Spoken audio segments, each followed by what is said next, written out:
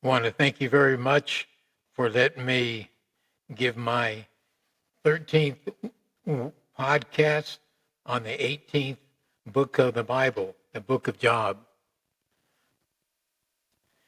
And we're looking at basically through research that the time frame that of course nobody knows who wrote the book of Job, an anonymous author. Scholars think that it was written Persian Empire between 540 to 330 BC period. There is a theme of suffering, faith, divine justice, story of wealth of a righteous man, suffering delivered by Satan in two different levels. One level was all the possessions of Job, including his family, and the second one is his personal health on the second level of suffering for Job by Satan, with God's permission for Satan to act, and it was a calculated chance for Satan to show his power over humans.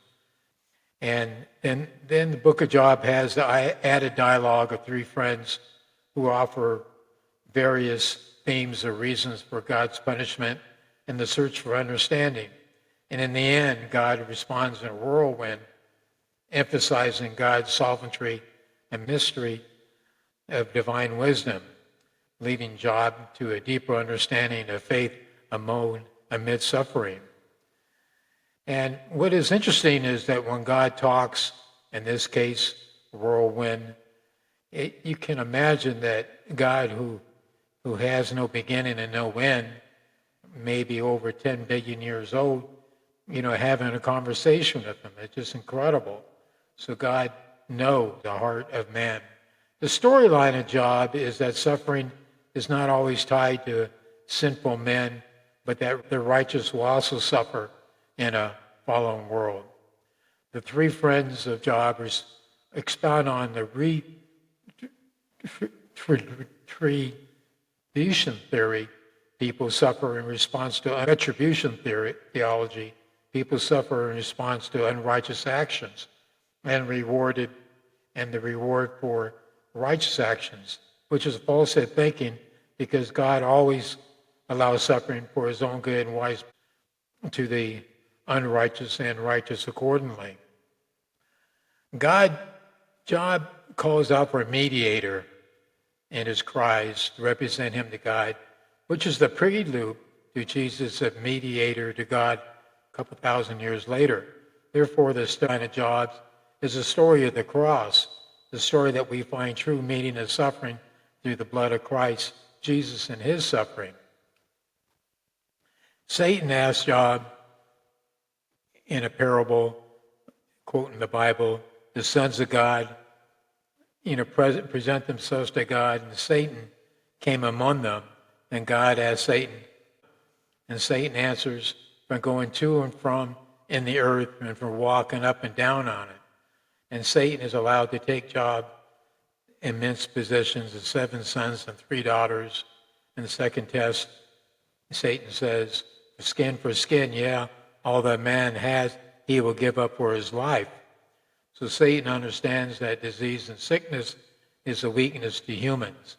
And that's the way that he can get in there and turn people away from God. It's a lesson for us to learn on our own travesties. And his wife tells him, though still retain thy integrity, curse God and die. And then Job replies, shall we receive good at his hands of God and not receive evil? All this that Job did without sin from his lips. Then he goes on to quote, he divided the seas with his power, and by his understanding he smitten through the proud. My lips shall not speak wickedness, nor my tongue under deceit. Now we have to understand that when God made the pact with Satan to weaken, Job, God helps us in our weakened moment, and he would always be there encouraging Job in the midst of his suffering. So God knew that Job would not falter with God's guidance. And it was not a bet with Satan. God knew the outcome of everything. God knew that he would not backslide to deceit. And so it was not a question of Job would backslide. God knew he wouldn't. And God in a whirlwind declares, Job, get up now, thy lions like a man. Where were you during creation? And can you conquer a lithium, which was a sea monster, immense creature, a dragon? In 2008, they found the bones of a prehistoric whale, if you will, that lived 12 million years ago with 14-inch sharp teeth. So God, when he was talking through the whirlwind, when he was talking about the lithium, God knew that 12 million years ago, he created him, the whale, with the dragon-like teeth. And so it's incredible when God talks that he's looking back in a timeless scenario where us as humans, we can only look at maybe 50, 70 years. And at the end of the book of Job, God gave Job back 2 times his possessions, gave another 7 sons and 3 daughters. And this time in the Bible, which is rare, the 3 daughters are named. Number 1 is Jemina, number 2 is Kesia, and number 3 is Karen. And God allowed another 140 years to Job to see his sons and his sons' sons 4 generations. And Job died being old of age. Some scholars think that his ordeal started at 70, and affliction, God added 140 more years to his lifespan. So scholars think that maybe 210 years, that was the end of the days for Job. And other scholars think that Job, his time frame was during Abraham and Isaac's times, which is 2100, 1900 BC, because we've seen that with Abraham when he was asked to sacrifice his son, and he was going to, until an angel of the Lord came down and said, don't do this. But Abraham had extreme faith and knew that God, even if he had to sacrifice his son, God would restore the life to his son. And then Job would have had the same level of faith. So we can assume that the book of Job is probably one of the oldest books in the Jewish Torah, handed down through generations and generations and generations as far as knowledge by different priests.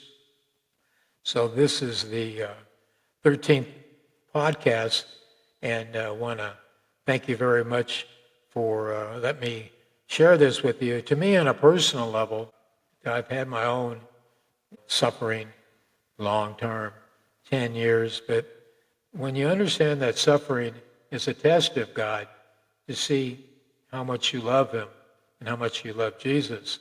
So whatever your own personal anguish is, the suffering or medical problems or material problems, wealth, money, jobs, versus where things going fantastic, it's all the same. It's just a test to see if you're going to honor God. And if everything's going great, are you going to, help, do volunteer acts at homeless shelters, or if you're doing great, are you going to try to go to maybe a convalescent home and encourage people who are ailing? He looks at how you act high and low. So I want to thank you very much for letting me give my 13 podcast. And next week is going to be the Book of Psalms, and that's going to be poetry, David, Solomon, and about the glory of God. So thank you very much, and I look forward to seeing you next week.